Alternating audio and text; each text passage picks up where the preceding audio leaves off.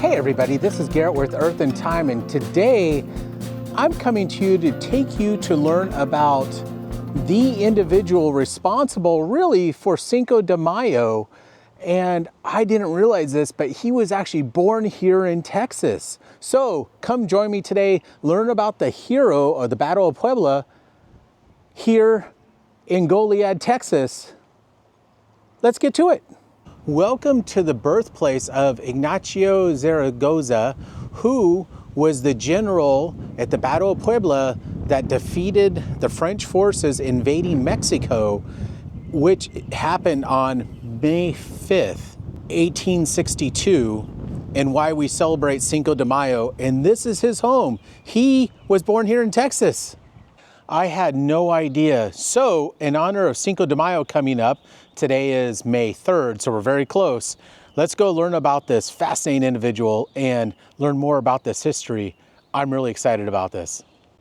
And because Cinco de Mayo is such a big holiday, it really is important to understand what the reasoning was behind that. What happened during that time in Mexico actually really strengthened U.S. and Mexico's ties, so much so that even after the Battle of Puebla and after the Civil War, soldiers from both sides of the Civil War were going down to Mexico to help support the Mexican army down there to fight off these European invaders coming into Mexico. General Zaragoza was born here when this was part of Mexico. So actually where I'm standing, although Texas today was of course once part of Mexico, and actually the building that's behind me is the Presidio La Bahia, which was actually very famous for what was known as the Goliad massacre, or where a number of Texian revolutionaries were taken out and shot after surrendering to General Urrea's army on orders from Santa Anna. Before I tour his home, you'll see here that they actually have a monument to General Ignacio Zaragoza here as part of the Texas Historical Society. I'll read this to you, and what's fascinating by this is that Zaragoza was born here. He actually, when he was born here, it's called Bahia del Espíritu Santo, but he was actually the head of the army in 1855 that defeated the dictator Santa Anna. I wonder how much of his understanding that where he was born at became the site of this massacre that was ordered by Santa Anna led to him wanting to fight against Santa Anna. So that's an interesting piece of history I had no idea about. But always as a leader in the defense of his country, on May 5th, 1862, during the invasion of the French forces of Napoleon III and Maximilian, that's the Franco-Prussian ruler, in the Battle of Puebla, he led 4,000 poorly armed soldiers to defeat 8,000 veteran French Zouaves, and this historic victory gave Mexico its great national patriotic anniversary, El Cinco de Mayo. So growing up learning about U.S. history, we don't really learn about what was happening to our friends to the south during this time, especially because what was happening here in the United States in the 1860s, right? We were involved in our own Civil War, but immediately post that Civil War, a number of those individuals, as I already stated, actually volunteered to go down and fight with Mexico against the Franco-Prussian armies. So pretty fascinating story. I didn't know that also Zaragoza was behind part of the overthrow of Santa Anna. That's also another fascinating piece of history, and one I'm very glad I got to learn about today. All right, so as you all can tell, I'm very excited about this. I always like learning about new history, especially things that we don't really learn in our history books in school here. So let's go in and check out Zaragoza's home that he was born in his birthplace. And here's a statue that says, "Who will remember Zaragoza's story?" And it actually says in the story of Zaragoza's Cinco de Mayo victory, only for Puebla or for Goliad too. Let's learn what we can about his early life here, and then of course about his military exploits. So this is what the setting looked like when Zaragoza was born. So here's a map of what the area looked like in 1828, and it says Mapa de los Estados Unidos de Mexico, And so this is the map of the United States of Mexico. And you'll see where Texas fits into this. So here's Texas as we know it today is all this, but here's La Bahia or Goliad, which is where I'm at right now. And I guess we really can't talk about what was happening here until we talk about what was happening in Mexico in the early 1800s when Hidalgo, a Mexican Catholic priest, called for revolt against the Spanish rule in 1810. And eventually Mexico won its independence in 1821. And that's, as I remember, celebrated on September 16th every year. So how come Zaragoza was born here? Well, his father was in the military as well, and he was an officer in the Mexican army, and he was posted here at Presidio La Bahia. This gives you an idea what living here would be like. This is very classic adobe style, very Spanish style in southwestern US. In fact, you can hear the creaky boards I'm standing on as well. And when obviously they were out here and Zaragoza was born, this really was a frontier town with this Presidio behind us, which is another word for a fort, which would occupy this area and helped protect the Catholic missions that were in the area. And so Zaragoza's dad was one of the officers in charge of helping protect the frontier out here. So as I work around the museum, one of the things that's fascinating is, well, why did the French and the Prussians want to attack Mexico? Well, it turns out that Mexico was very much in debt and borrowed a lot of money from a bunch of European interests. So Spain, England, and France all joined together and they wanted to try to block the ports of Mexico to try to collect their money back. And here's another interesting fact about Zaragoza I didn't know, but he was actually serving as the Minister of War when the European ships landed in Veracruz, and he resigned immediately from the cabinet and became the General Commander of the Army of the East. And this talks a little bit more, well, why France stayed in it. They wanted the money, but Napoleon III wanted to take over Mexico, and he said he secretly planned a hostile takeover of Mexico. And it says when the French first came here, they had their first encounter at a place called Mountain Pass of Cumbres de Acolzingo.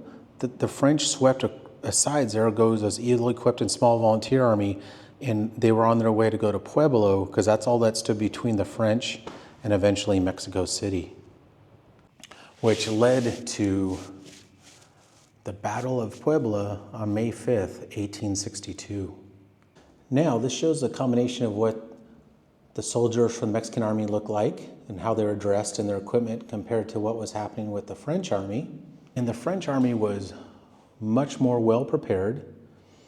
They had a lot of ammunition and they had a lot more soldiers and wealth behind them, but Zaragoza had the terrain and knowledge and defensive fortifications, and he had the motivation because these soldiers were defending their homeland. And here's a little diorama showing the initial position of troops where the infantry, cavalry, and artillery were, and you can see where the French positions were as well. So if I look at this map, here are the French positions coming in blue, marching towards the town of Puebla, and you'll see that Zaragoza, with his smaller inferior force, took better positions and actually worked on a combination of outflanking the French, but maintained the high ground. So they were able to defeat a much larger, more well-equipped and experienced army by using the topography. And from this angle, you can see the relief they made on this diorama, but you can see where Puebla is, and you can see where Fort Lorito, and then there's another fort on top. And here's a picture of Zaragoza's army fighting back the French military.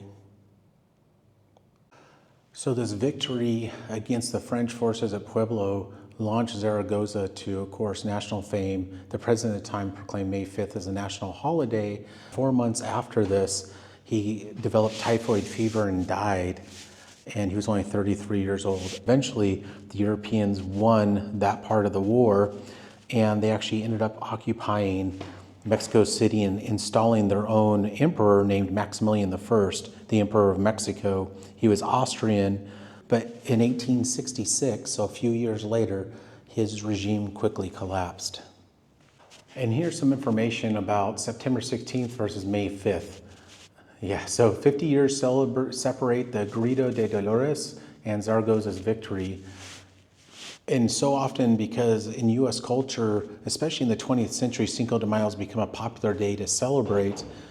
A lot of folks forget that it's actually, again, September 16th. I hope you, if nothing else, you learn September 16th is Mexico's Independence Day, just like in the United States, it's July 4th for us. But May 5th represented that major victory against those troops and the idea that Mexico could be independent and hold their own.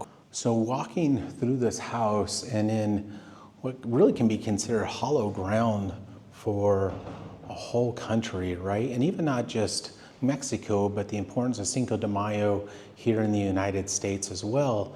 So maybe these words are good. The Battle of Puebla, soldiers, I see victory in your faces. All right, from the birthplace here, let's go take a look at the Presidio, which is what brought Zaragoza's dad here in the first place, was being stationed at this fort. So let's go take a look at this fort. So here you go, Presidio La Bahia, State Historic Site. So the Presidio, although built in the early 1700s or the early 18th century, it really fell in disrepair by the end of that century. And it wasn't until the kind of early 19th century, the early 1800s, that it got rebuilt up. And of course became very important for both Mexico's independence and having control of this, as well as for Texas independence. So starting off with, I'm actually up in one of the towers up here and actually looking over at what this cannon would have looked at off in the distance. Make aim. Fire. Oh, come there. And here's within the Presidio, and you get an idea about the size of this fort. Because with the musket, so this is a 72 caliber. It's a really big projectile, but the musket balls that they're shooting. This would have been a large fortress, especially for back in the early 1800s when Zaragoza was born. So from inside of the Presidio, I want to say thank you all for joining me today. I hope you learned a lot. I know I learned a ton about really the hero and the man behind Cinco de Mayo, the reason we celebrate it, and he was born here in Texas, something I had no idea about. In fact, I was just talking to somebody at a coffee shop, and they had no idea that he was born here, the hero of Cinco de Mayo. So with that being said, if you enjoyed this video, please subscribe to the channel. If you haven't already, give this video a thumbs up. I hope you did enjoy it, and leave comments down below. Did you know about Ignacio Zaragoza before today? Did you think May the 5th was Mexico's Independence Day? Did you learn something new with that? I know a lot of people I've talked to are always surprised by that when I tell them it's actually September 16th. I really hope I was able to teach you all something new here. And again, I learned a lot as well. So with that being said, everybody take care, and I'll see you all on the next adventure. And Feliz Cinco de Mayo. Happy 5th of May, everybody.